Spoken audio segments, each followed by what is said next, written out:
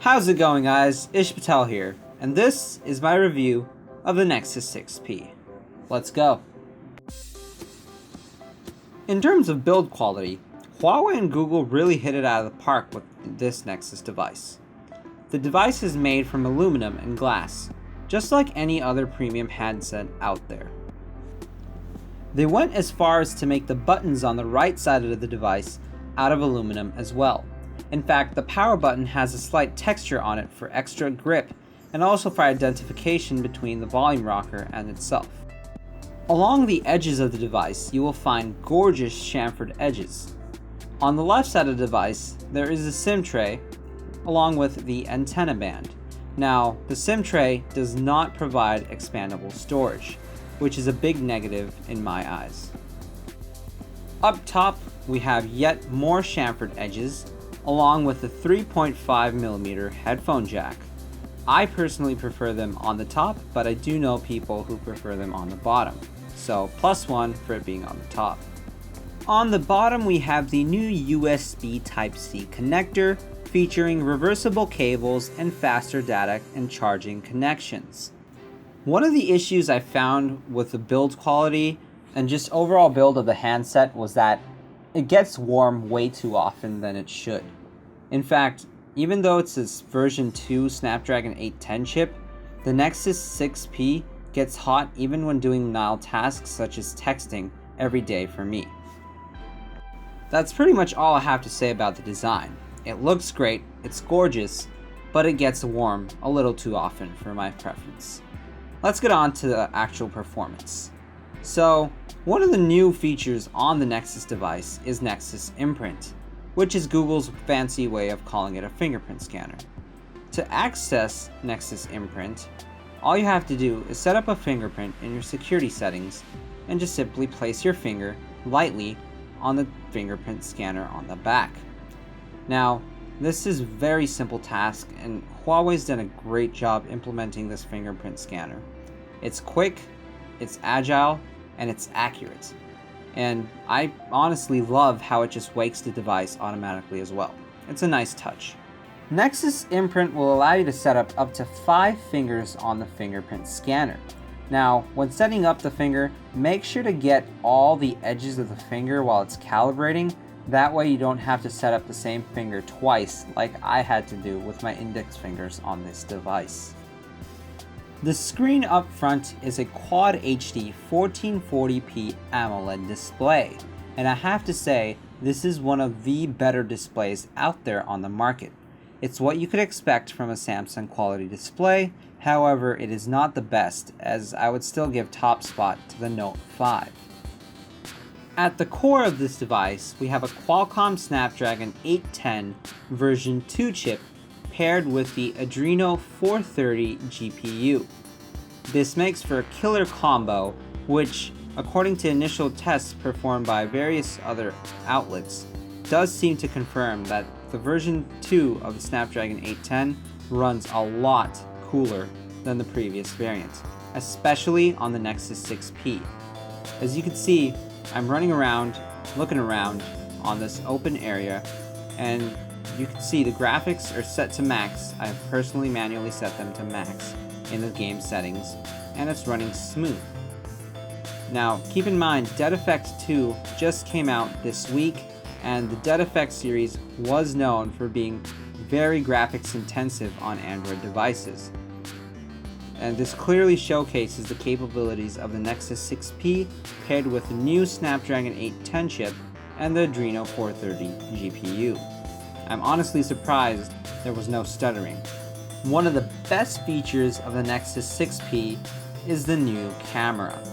Google and Huawei really went out of their way to fix one of the biggest problems that's plagued the Nexus series since it first debuted: the cameras. This camera is absolute killer on a budget. To quickly launch the camera, just double tap on the power button and it'll open up the 12 megapixel viewfinder on the rear camera. HDR Plus does take a while to take snaps, but I assure you it's worth the wait. As you can see, the viewfinder is clear, it's crisp, and it takes pictures in a GIF. HDR Plus will take a while to process the image before you could view it. You could also slide the camera icon from the lock screen to open it up as well. The Nexus 6P comes with Android 6.0 out of the box, and as we all may know, Android 6.0 also has a name, dubbed Marshmallow. Now, Marshmallow is the newest version of Android, and I have to say, it brings a lot of improvements and stability to the platform. First, it brings the new updated launcher, which features an alphabetical scrolling list that you can view your apps in, along with your top used apps at certain times of the day up top of the launcher. We also have the new Google Now interface, which is cleaner and has much more functionality because of the Google Now on Tap feature. In terms of multitasking, this thing absolutely screams through everyday tasks because of its 3 gigs of RAM. As you can see scrolling through here, it's pretty smooth, but I have seen the Nexus hiccup a couple of times throughout my testing period. More on that later. To demonstrate the beastly capabilities of this phone's multitasking, I have several apps open in the background. As you can see, as I scroll through all the apps that I have in the background, the Nexus 6P handles it with a buttery smooth 60 frames per second. There's no visible lag at all. And when I click on an app to choose it, it opens up right away. There's no delay, no need for refreshing, because they're all in the memory. Unlike previous Android handsets, which have been known to aggressively kill background tasks, especially Samsung in recent light. By the way, if you want to stay updated to my channel, please go follow me on Instagram. That way, you'll get my latest product updates. You can enjoy this handset all you want as long as it holds a charge.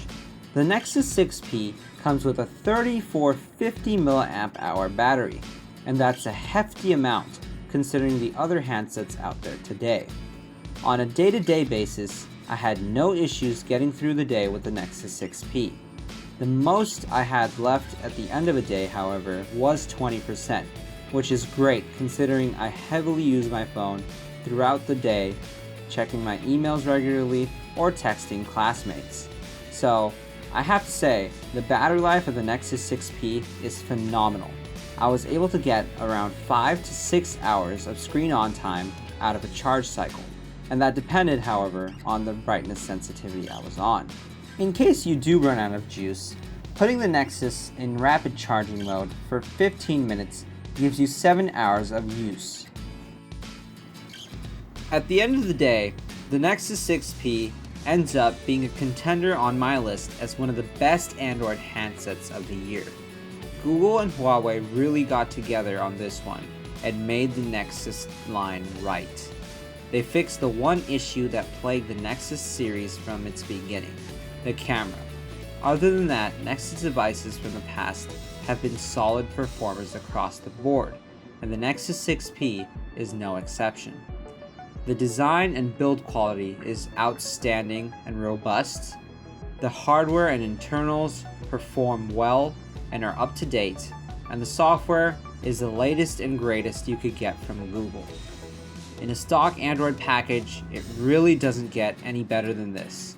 The Nexus 6P is the first pure Android device I'm comfortable with recommending to anyone across the board, no matter what type of consumer they may be. And I haven't really done that with previous handsets because there's always been that one but about the device. Yes, the device does get a little warm on a day-to-day basis, which I wish it didn't, and it does have occasional software hiccups which will probably be patched later. But other than that, this device is great, and 10 out of 10, I would recommend this to anybody with $500 and needs a budget that's on the line and needs to get a new Android handset. Thanks for watching, guys. This has been my Nexus 6P review. If you liked what you saw, please subscribe to the channel.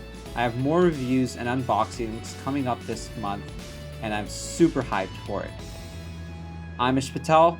Thank you for watching, and I'm out.